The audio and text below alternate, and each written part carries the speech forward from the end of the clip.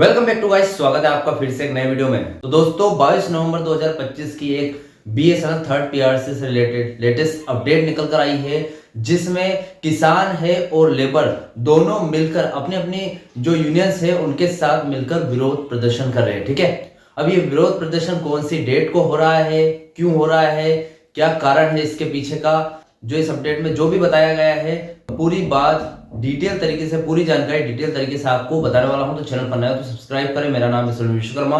जानकारी यूजफुल लगे तो एक लाइक करके जरूर जाना। चलिए दोस्तों, बढ़ाते हैं वीडियो को आगे।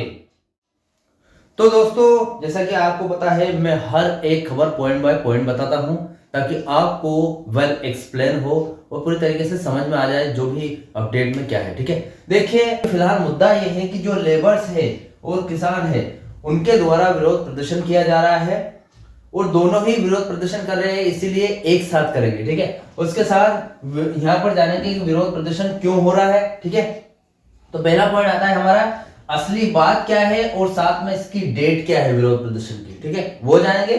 सेकंड पॉइंट आता है हमारा विरोध प्रदर्शन का कारण क्या है भैया, सबसे पहली बात ये है, ये जानेंगे। ठीक है, उसके बाद थर्ड पॉइंट आता है हमारा विरोध करने का क्या तरीका होने वाला है इस बार। ठीक है, अब भैया देखिए, विरोध प्रदर्शन अगर होता है तो तरीका भी यहां पर जानना जरूरी है कि कौन से तरीके से करने वाले हैं। ठीक है, तो जैसे कि थंबनेल में आपने पढ़ लिया होगा, काला बेच कुछ बताया गया है, काला बेच है, क्यों लगाया जा रहा है वो भी देख लेते हैं। ठीक है, देखिए पहला पॉइंट हम समझते हैं। सबसे पहले क्या है, यहाँ पर असली बात समझेंगे और तारीख क्या होने वाली है। ठीक है, देश में जितने भी मजदूर के संगठन जैसे कि ट्रेड यूनियन है, बड़े छोटे सब एक साथ आ गए हैं। साथ में किसान संगठन भी है जो संयुक्त किसान मोर्चा के नाम से जाने जाते हैं। ठीक है, अब तारीख क्यों जरूरी, इन्होंने विरोध के लिए तारीख पक्की की है जो कि है 26 नवंबर 2025। इस डेट को याद रखेगा।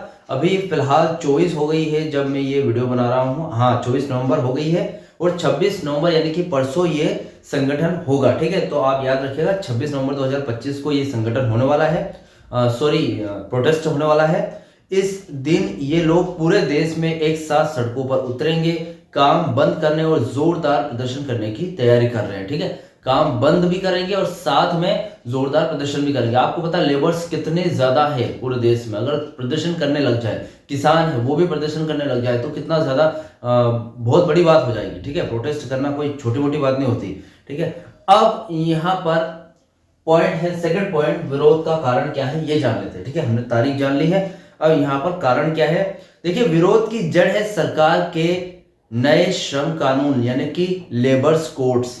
ठीक है, उन्होंने, सरकार ने कुछ नए कानून बनाए हैं जो कि मजदूरों या फिर किसानों के हित में नहीं है, बड़े बड़े अमीरों के हित में है। ठीक है, कुछ देखते हैं अपडेट में क्या बताया गया है। पुराना नियम क्या था वो देखते हैं। पहले देश में मजदूरों के लिए बहुत सारे छोटे छोटे कानून थे, जैसे कि काम के घंटे, छुट्टी, सैलरी, यूनियन बनाने का अधिकार, नौकरी से निकालने के नियम आदि।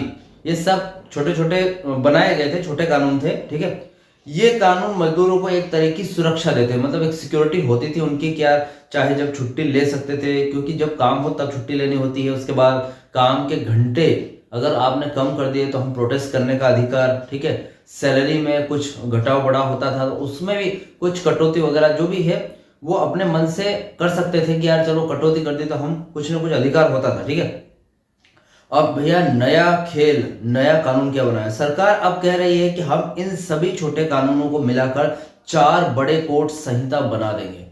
मतलब जो छोटे छोटे कानून हैं सबको मिलाकर 4 कानून बनाने वाले हैं, मतलब 4 नियम बनाने वाले अपनी तरफ से, जिसमें मजदूर वर्ग और साथ में किसान वर्ग सहमत नहीं है। ठीक है, मजदूरों को डर है, इस पे देखते हैं। यूनियनों का कहना है कि इन नए कोड्स में कई ऐसी बातें हैं जो मजदूरों के हक छीन लेगी। ठीक है, मतलब हो सकता है ये जो 4 कोड बनाने वाली है, 4 संहिताएं बनाने वाली है जो भी सरकार है वो, तो इसमें क्या है, मजदूर के कुछ अधिकार है वो खत्म हो सकते हैं या फिर किसानों का अधिकार छीन सकते हैं, इसलिए यहाँ पर डर है इनके भीतर। ठीक है, अब जैसे कंपनियों के लिए मजदूरों को नौकरी से निकालना आसान हो जाएगा। ठीक है, अब कंपनियों को ये, अगर ये 4 कोड आ गए, ठीक है, अगर इन्होंने लागू कर दिए 4 कोड्स को, तो कंपनियां मजदूरों को निकाल सकती है कभी भी, उसके बाद यूनियन बनाना और हड़ताल करना मुश्किल हो जाएगा, यूनियन नहीं बना पाएंगी।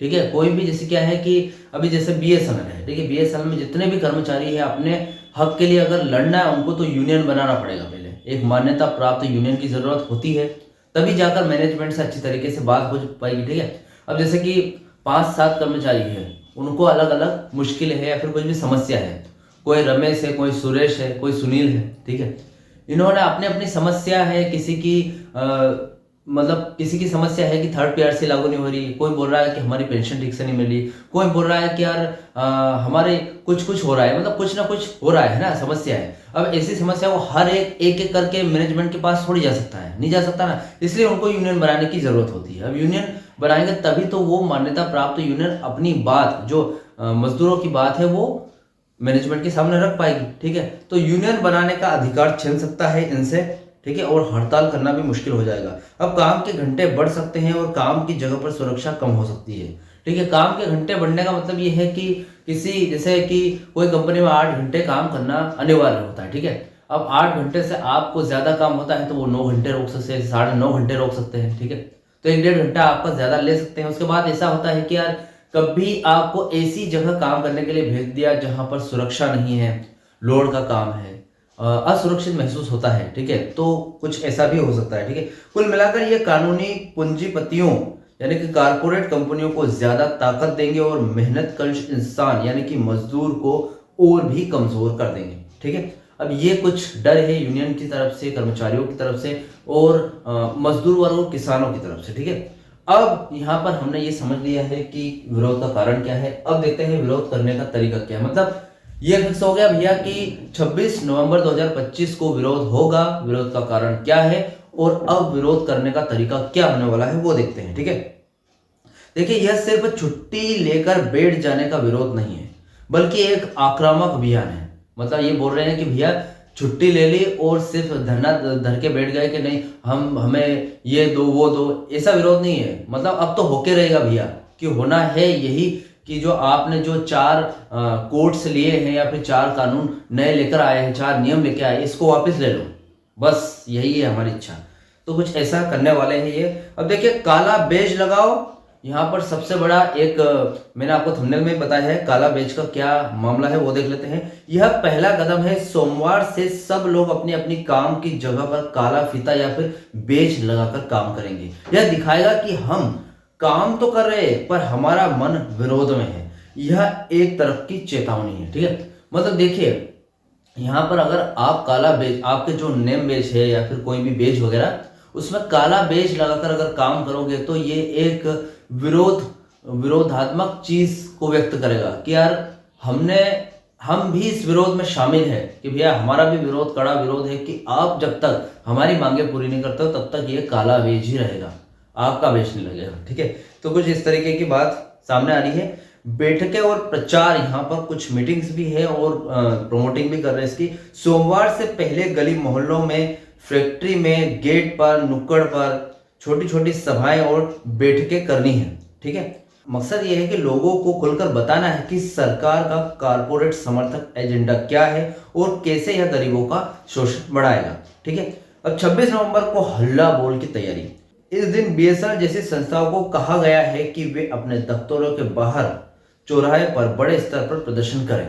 ठीक है, मतलब जो भी बीएसएनएल की संस्था है वो कर सकती है, जैसे कि बीएसएनएल यू वगैरह। ठीक, सीधी बात यह है कि यूनियनों और किसानों का कहना है कि यह कानून सिर्फ कागज पर नहीं बल्कि हमारी रोजी रोटी और भविष्य पर हमला है, इसलिए एकजुट होकर ताकत दिखानी है ताकि सरकार को यह कानून वापस लेने पड़े।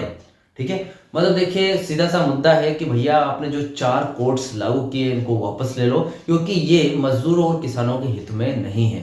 ठीक है, अब देखते हैं ये जो प्रदर्शन है, जो प्रोटेस्ट है, ये कहां तक जाता है। 26 नवंबर को ये स्टार्ट होगा, तो अगर 26 नवंबर को स्टार्ट होता है, जो भी इसके बारे में अपडेट आएगी मैं जरूर लेकर आऊंगा।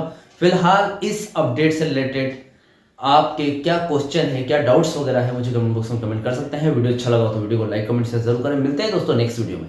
सी यू सून।